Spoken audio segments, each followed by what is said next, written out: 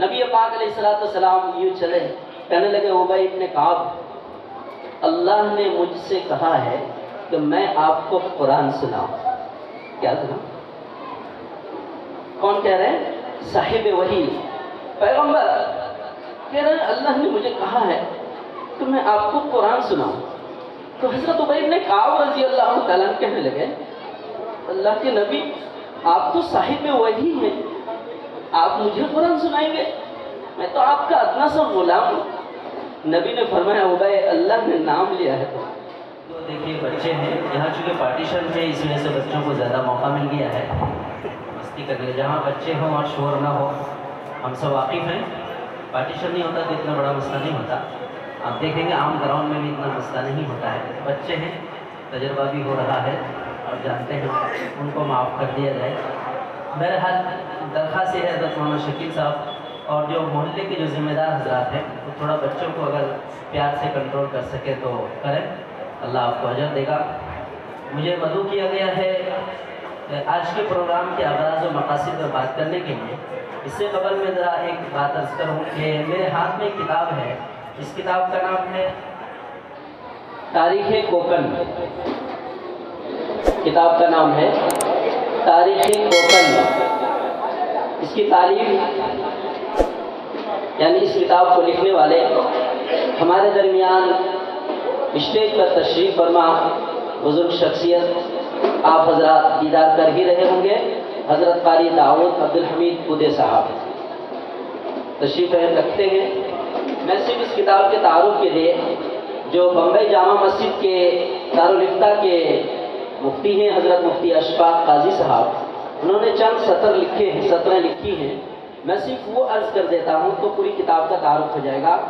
اس کتاب میں آپ نے اپنے زمانے طالب علم کی شب و روز کو اور اپنے اساتذہ کرام کی خدمات کو اس سلیقہ اور قرینے سے زیب القرطاس کیا ہے کہ کوکن کی تاریخ کا ایک اہم باب مرتب ہو گیا ہے۔ یہ عناوین کا انتخاب اور مضامین کا انداز تحریر اتنا عمدہ اور نرالا ہے کہ بندہ نے اس تقریر کی مناسبت سے رات سونے سے قبل 11 بجے کے قریب مسودہ کے چند صفحات پڑھنے کا ارادہ کیا تو مضمون کی جاذبیت اور مضامین میں جھلکتا آپ کا انداز تحریر اتنا پرکشش و جاذب قلب و نظر تھا کہ کتاب کا ہر صفحہ، ہر پیراگراف، بلکہ ہر لفظ پڑھتا ہی چلا گیا اور رات تقریباً 3:45 بجے کتاب کے آخری باب کی تکمیل ہوئی۔ نیٹ کا پرابلم شروع کب کیے پڑھنا؟ 11 بجے۔ کہتے ہیں 3:45 بجے کتاب کے آخری باب کی تکمیل سے پہلے نہ آنکھوں میں نیند آئی نہ دل کو قرار آیا۔ مفتی اشفاق قاضی۔ یہ کتاب ہے حضرت کے تعلیف کردہ، اسٹیج پر تشریف فرما الحاج سعید ڈانگے صاحب کی طرف سے 25 کتابیں اسٹیج کے علماء کے لیے ہیں جو تقسیم کے لیے ہیں، اور اس کے علاوہ اگر کوئی اس کتاب کو حاصل کرنا چاہتے ہیں تو قاری صاحب کے ساتھ جو اور حضرات ہیں ان سے یہاں لے سکتے ہیں، کچھ 160 روپے اس کی قیمت ہے۔ میں حضرت ہمارے وسیع تعلقہ کے بزرگ امام اور بزرگ شخصیت حضرت مولانا عبدالسبحان قاسمی صاحب سے درخواست کروں گا کہ آپ تشریف لائیں اور حضرت قاری صاحب کے ساتھ اس کتاب کا یہاں اجرا کریں۔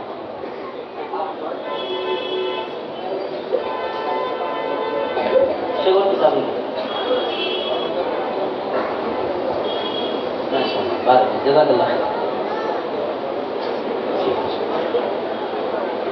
اس کے ساتھ ہمارے ہاتھ میں ایک کتاب اور ہے، اس کتاب میں کو اول سے آخر تک میں ایک بار نہیں کئی مرتبہ پڑھا ہوں، ماضی میں اور کون ہوا تم سا نامور۔ یہ کتاب بہت پڑھنے کے لائق ہے۔ اس کے مؤلف ہیں حضرت مولانا جمیل ہاشمی صاحب جو ہمارے سامنے تشریف فرما ہے۔ یہ کتاب اگر کوئی حاصل کرنا چاہے تو ان سے مل کر حاصل کر سکتے ہیں، بہت ہی ہندوستان کی نئی نسلوں کے لیے بڑی تاریخی کتاب ہے۔ یہاں پر 3 نسخے ہیں، کہتے ہیں مہمانوں کے لیے ہدیہ ہے۔